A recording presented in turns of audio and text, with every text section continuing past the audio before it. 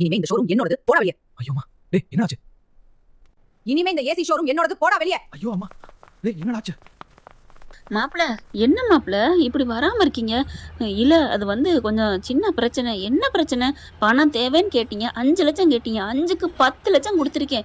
என் பொண்ணுக்கு first night நடத்தாம என்ன பண்ணிட்டு இருக்கீங்க? இல்லத்த அது வந்து கண்டிப்பா நான் வந்துருவேன், நான் உங்களை ஏமாத்த மாட்டேன். கனகாவோட தான் என் வாழ்க்கை. கண்டிப்பா கொஞ்சம் பொறுத்துக்குங்க. அதெல்லாம் முடியாது. என் பொண்ணுக்கு சீக்கிரம் குணமாகணும், அதுக்காக தான் 10 லட்சம் கொடுத்தேன். இப்ப மட்டும் நீங்க வரல, இன்னும் 1 மணி நேரத்துல நீங்க வரணும். ஐயோ கேளுங்க அப்படின்னு சொல்லிட்டு கீழே போன வச்சிடுறாங்க. ஐயோ இப்ப நான் என்ன பண்ணுவேன், எல்லா பக்கட்டும் மாட்டிக்கிட்டேனே அப்படின்னு சொல்ல கரெக்டா ரிங்டோன் அடிக்குது சந்தோஷுக்கு. என்ன ரிங்டோன் தெரியுமா? நீங்க எல்லாம் கணிச்ச பாட்டு தான். மாட்டிக்கிட்டாரு ஒருத்தருன்னு சொல்லிட்டு கரெக்டாக அடிக்க. என்ன சந்தோஷம் ப்ரோ, என்ன பண்ணுறீங்க அப்படின்னு கத்த. ஒன்றும் இல்லை பாஸ் அப்படின்னு கட் பண்ணிக்கிட்டு அப்படியே அட்டன் பண்ணுற மாதிரி. ஹலோ அப்படியா, எல்லா நேரமும் நல்லதே நடந்துருமா என்ன? ஒரு நேரம் எலி பொருளை மாட்டின எலி மாதிரி சிக்கி தாண்டி ஆகணும் மாப்பிளே அப்படின்னு சொல்லிட்டு அவராக பேசுகிற மாதிரி பேச. டேய் என்ன நீ நினச்சி பேசிட்டு இருக்க? அங்கேருந்து ஜீவா வராங்க. சார் கொஞ்சம் பொறுமை சார், என்ன நடக்குது அப்படி இப்படின்னு கத்துறாங்க. இங்கே பாருங்க என்னால் தாங்க முடியல, என்ன பண்ணுன்னு புரியல. ஐயோ இந்த ஜோசியக்கார் எங்க கூப்பிடு அவருக்கு அப்படின்னு சொல்ல. என்ன பாஸ் நீங்களா தான் அவரை ஜோசியரா கண்ணும் கருத்துமா பாத்துக்கிட்டீங்க, கோடியா கொட்ட போது நீங்க இப்ப என்ன அந்த ஜோசியக்காரக்கு அப்படிங்கிறீங்களே, என்ன ஆச்சு? ஐயோ நான் 2 பக்கத்து மாட்டிக்கிட்டு முழிக்கிறேன். என்ன பாஸ் ஆச்சு? அந்த ரோகிணி 5 லட்சம் கேட்டால, அதான் கொடுத்தாச்சே. எங்க கொடுத்தா? அவதான் மாசமா இருக்கேன், நான் உன்னை தலை முழுக மாட்டேன்னு போயிட்டாலே. ஐயோ அவளும் தலை முழுகல, என்னையும் தலை முழுகல. சரி இப்ப என்ன 2 பக்கம் இன்னொரு பிரச்சனை. என் மாமியார் இருக்காளே ஒருத்தி தேவிக்கா. ஆமா என்னாச்சு? அவங்க 10 லட்சத்தை கேக்குறாங்க, நான் எங்க போவேன்? சிரிக்கிறேன் சந்தோஷ். என்ன என்னோட இது உனக்கு சிரிப்பா இருக்கா? அதெல்லாம் இல்ல, நீ மாட்டிக்கிட்டு முழிக்கிற பார்த்தா எனக்கு ரொம்ப சந்தோஷமா இருக்கு. என்ன ப்ரோ? ஐயோ இப்ப நான் என்ன பண்ணுவேன்? எங்க அம்மா வேற இங்க பாரு போன் அடிக்குது. அவங்க அம்மா, டே மனோஜ் வாடா, எங்க சீக்கிரம் வா, போய் ஒரு இடத்துல பொண்ணு பார்க்க போறோம், பணக்கார இடம். பொண்ணு பார்க்க போறீங்களா? அவ கையெழுத்தே போடல. ஆடா அவ போடாட்டி என்ன, அதெல்லாம் காசை கொடுத்து சரி பண்ணிடலாம். 5 லட்சம் கேட்கிற இடத்துல இன்னும் கொஞ்சம் கூட கொடுத்தா போதும். அப்படின்னா அவ சரின்னு கையெழுத்து போட்டுருவாளா? போட வப்பம்டா. ஐயோ அவ கேட்க மாட்டாமா, என்ன பண்றதுன்னு புரியலையே அப்படின்னு புலம்பிட்டு இருக்காரு. உடனே பாத்தீங்கன்னா கொஞ்ச நேரத்துல கனகா அம்மா வருது.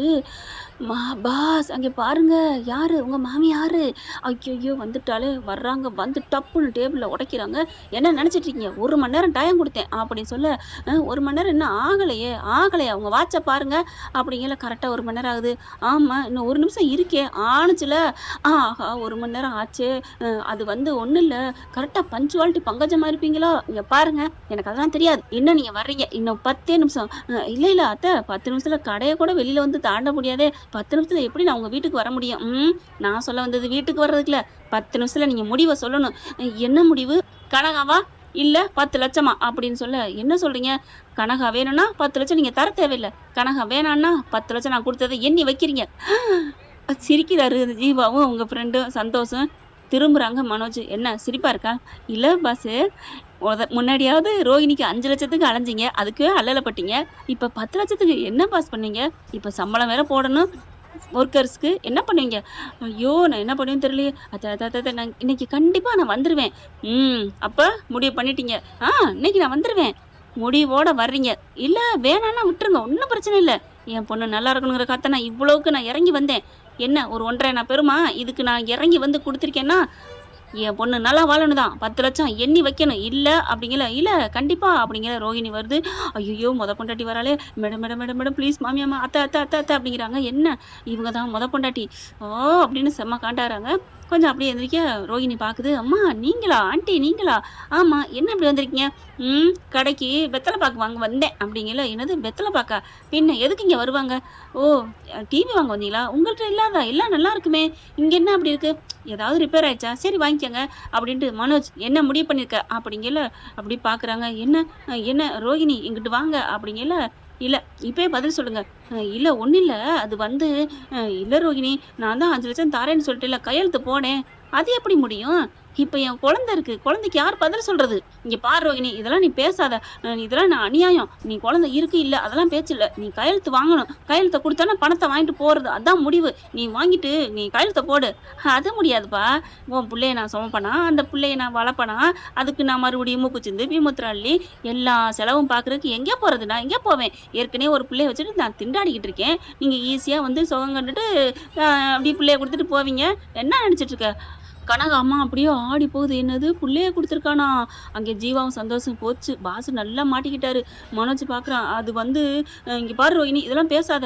அப்படி பாக்குது மாமியார் பேச போகுது. ப்ளீஸ் ப்ளீஸ்னு சமாளிக்கிறாரு. ரோகிணி, உனக்கு நான் நல்ல முடிவா சொல்றேன் போ. என்ன முடிவு? என்னை ஏத்துக்கணும் அவ்வளவுதான். இல்லைன்னா நான் உடனே போய் கம்ப்ளைண்ட் பண்ணுவேன் தெரியுமில்ல? இல்ல ரோகிணி, அது வந்து என்ன, உன் புள்ளைய இல்லைன்னு சொல்றியா? இதே இடத்துல நம்ம ஒண்ணு சேர்ந்த இடத்த காமிக்கட்டுமா? அங்க பார், கட்டில் போட்டு எல்லாம் ஒன்னா தானே இருந்தோம். எலிப்பொறி பிடிக்க வந்தோம், ஞாபகம் இருக்கா என்ன? ஐயோ ரோகிணி, எல்லாம் ஞாபகம் இருக்கு. விடு. நான் என்ன பண்ணுவேன்? எல்லாரும் எல்லா பக்கட்டும் என்னை அட்டாக் பண்ணா நான் எங்கிட்டு போய் பதில் சொல்லுவேன்? என்ன விடுங்களே, கொஞ்சம் யோசிக்க விடுங்களே ஐயோ அப்படின்னு கத்துறாங்க. இங்க பாரு மனோஜ், உன்னை நான் சந்தோஷமா வச்சுக்கத்தான் ஆசைப்படுறேன். உன்னை டார்ச்சர் பண்ணவோ தொந்தரவு பண்ணவோ நான் விரும்பல. அதனால இப்ப நான் போறேன். எனக்கு நல்லா 1 மணி நேரம் தான். அதே 1 மணி நேரம், அதே கட்டில், அதே பேஷண்ட் அப்படிங்கிற மாதிரி அதே 1 மணி நேரமா?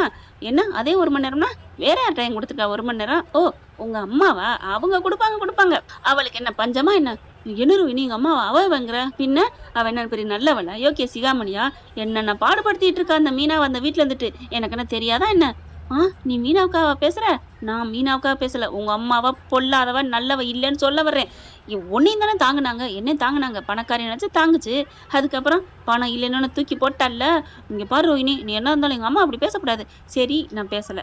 என்னோட நீ எப்ப வாழ போற? உங்க அம்மா பேச்சு கேட்க நீ விட்டுரு, என் கூட வந்துரு. நம்ம 2 பேரும் சந்தோஷமா வாழலாம். உன்னை நான் பாத்துக்கிறேன். இந்த ஷோரூம் எல்லாத்தையும் பத்திரமா கண்ணு கருத்துமா பாத்துக்கிறேன். ஆனா மனோஜ், நீ என் பிள்ளைக்கு அப்பனா இருக்கணும். இல்லைன்னு மட்டும் நான் 1 மணி நேரத்துல நீ பதில் சொல்லல. இல்ல, நான் இங்கே உட்கார்றேன். ஐயோ, நீ உட்காராத, நீ போ. நான் உனக்கு நல்ல பதிலா சொல்றேன். சரி, அப்போ நீ நல்ல பதிலா சொல்லுவ? கண்டிப்பா நல்ல பதிலா. என்ன பதிலு? உன் கூட வாழ்றேன்னு சொல்ல போறேன், அவ்வளவுதான். வேற எந்த பதிலும் உன் போன்ல இருந்து எனக்கு வரக்கூடாது, சரியா? அப்படின்ட்டு நல்ல புத்திமதியா சொல்லுங்க என்ன அப்படிங்கல. மேடம் சொல்றேன் மேடம் அப்படின்னு அந்த ஜீவாவும் சந்தோஷம் சொல்ல அங்க இருந்து கிளம்புது ரோகிணி. இப்படி போறதாங்க தெரியுது. போன கையோட கதவை சாத்துறாங்க பாருங்க. சாத்திட்டு இந்த மாமியார் காலில் விழுகிறாரு. எங்க உங்க மனோஜ்னு ஒரு மாமியார் தேடுது. கொஞ்சம் கீழே பாருங்கோ அப்படிங்கிறாங்க. அவங்க 2 பேரும் கீழே பார்த்தா மனோஜ், ஆண்டி என்ன மன்னிச்சிருங்க, எந்திரிடா அப்படிங்குது. என்ன, நான் உங்க மருமையன், என்னை எப்படி சொல்றீங்க? யார்டா மருமவன்? ஏதோ பொண்டாட்டி இருக்கு, அவளை வந்து வெட்டி விட போறேன்னு சொன்னேன். அதனால என் பொண்ணுக்கும் பைத்தியம் தெரியணுமேனு உன்னை கட்டி கொடுக்க சம்மதிச்சேன் உனக்கு. ஆனா டைவர்ஸ் கேஸ் நடந்துட்டு இருக்கீல, கர்ப்பமாக்கிருக்கியா?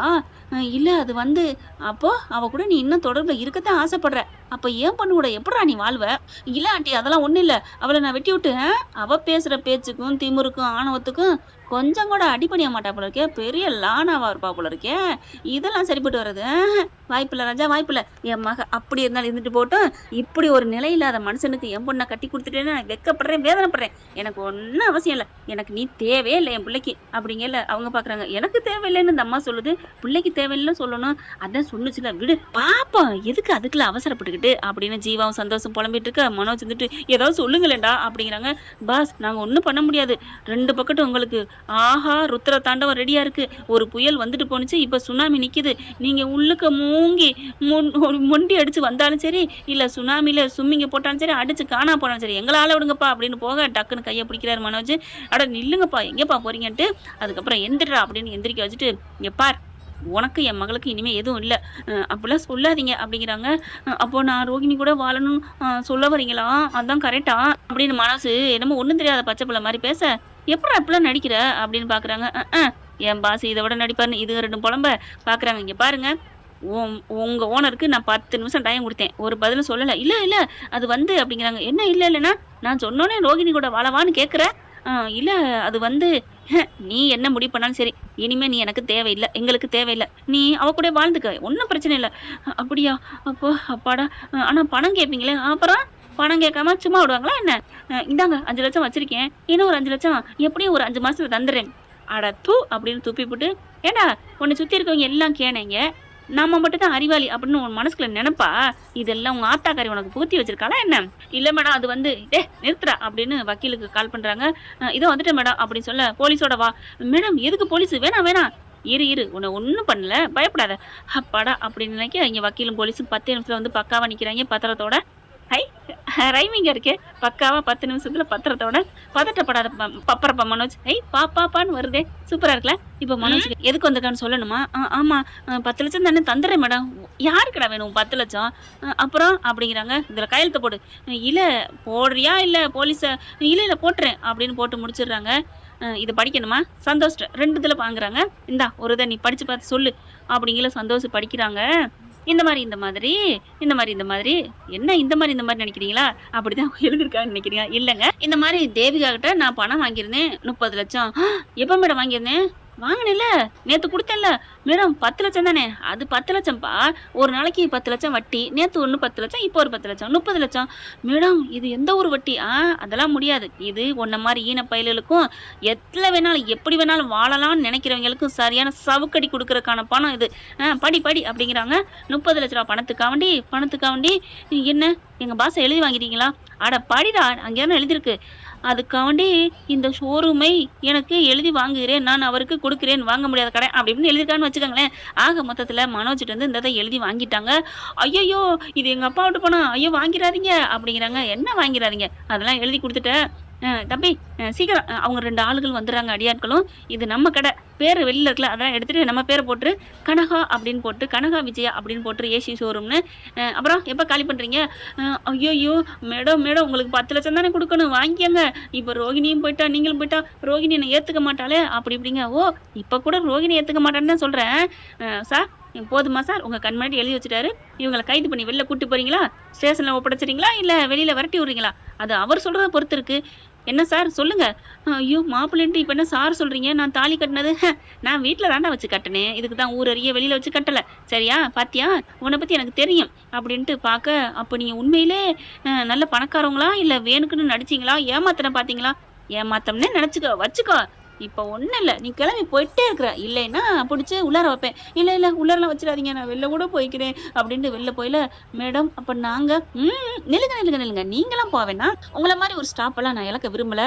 இவன் மாதிரி ஒரு கேனைட்டே நீங்க இவ்வளவு குப்பை கொட்டிங்கன்னா, நீங்களாம் அப்படி திறமையான ஆள் என் கீழே இருந்தீங்கன்னா மேடம் அப்படிங்கிறாங்க. நீங்க எப்பவும் போல கண்டினியூ பண்ணலாம், நீங்க எல்லாரும் இங்கே இருங்க, வேலைக்கு விட்டு போவேனா? மேடம் நீங்க தெய்வம் மேடம். அடி பாவி, ஊரடிச்சு உலையில போட்டேன்னு சொல்லுவாங்க, இதுதானா?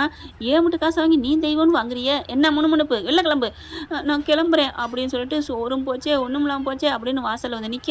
அப்படியே பிடிச்சி தள்ளி விடுறாங்க. ஓடுறா அப்படின்ட்டு. மேடம் என்கிட்ட வாங்கிக்கிட்டு இப்படி மனிதாபிமானம் இல்லாம விரட்டி விடுறீங்களே. என்னது விரட்டி விடுறீங்களா? என்ன நினைச்சிட்டு இருக்க?